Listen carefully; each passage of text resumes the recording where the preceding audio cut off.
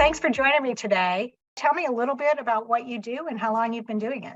I own a home inspection company called HayStack Inspection Services, and we are entering our 11th year in business. So we do inspections. The highest percentage of them are for buyers that are looking at a house, just so they know more about what they're about to purchase. We do a few inspections that are called pre-listing inspections, where somebody who's going to sell their house has us come through and issue a report so they can clean up some things that might get written up before it goes on the market.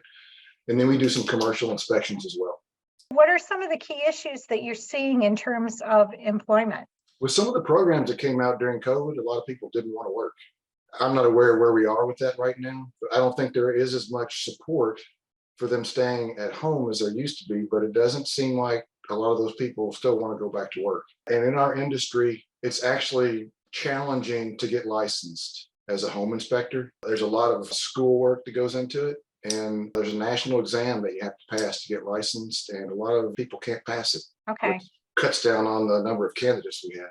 I can see where that would be a real barrier. What makes your business stand out in terms of employee culture, or what is it that you offer that someone would come to work for you and not somebody else?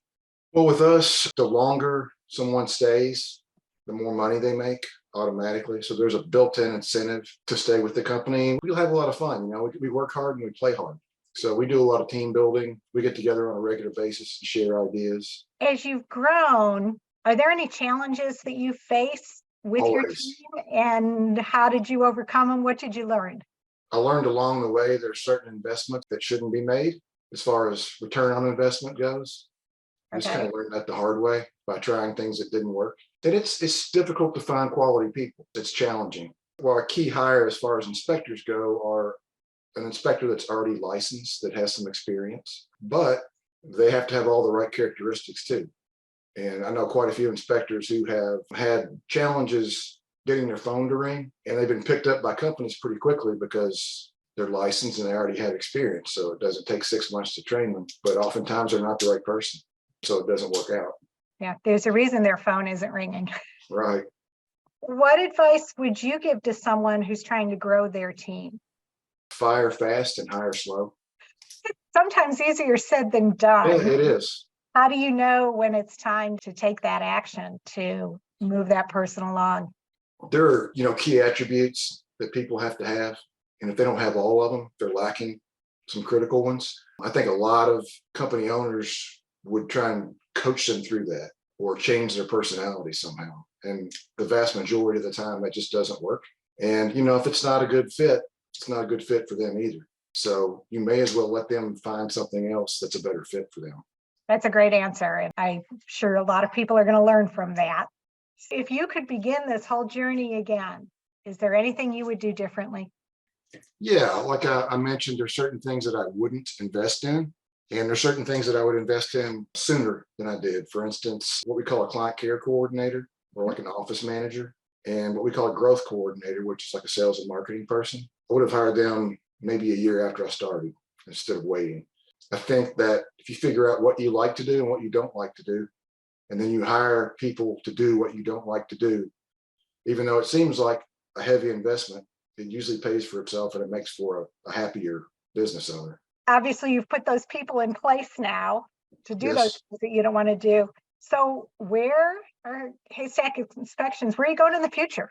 We hope to keep building market share and keep hiring additional inspectors. There's no metrics in our industry for us to go to figure out, where we are as far as ranking of home inspection companies in the city. We've got a general idea that we're one of the larger market share players, but we're not sure exactly where we land. But we would like to, in the next 2 years, double our market share and bring on several more inspectors.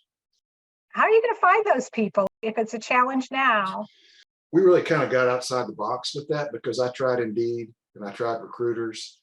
I tried reaching out to several hundred real estate agents to let them know what we were looking for, because they come in contact with inspectors all the time. None of that really worked.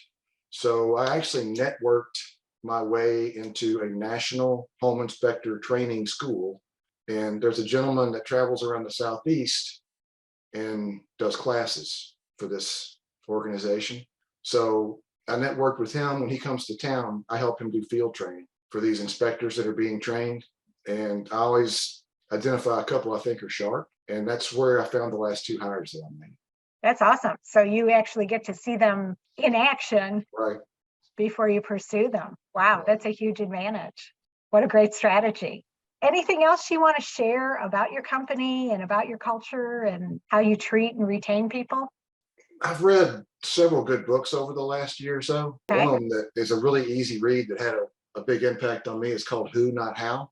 And it Okay. talks about what I alluded to before about hiring talented people to do things in your organization that you may not enjoy doing, or just so that you don't have to wear so many hats as a business owner. Yeah, sometimes you can't switch the hats fast enough. I'll look for that book. Thank you so much for your insight and your input. I really appreciate it. You're welcome. And I wish you great success and a very happy holiday season. Thank you. Thanks, Eric. Bye. All right.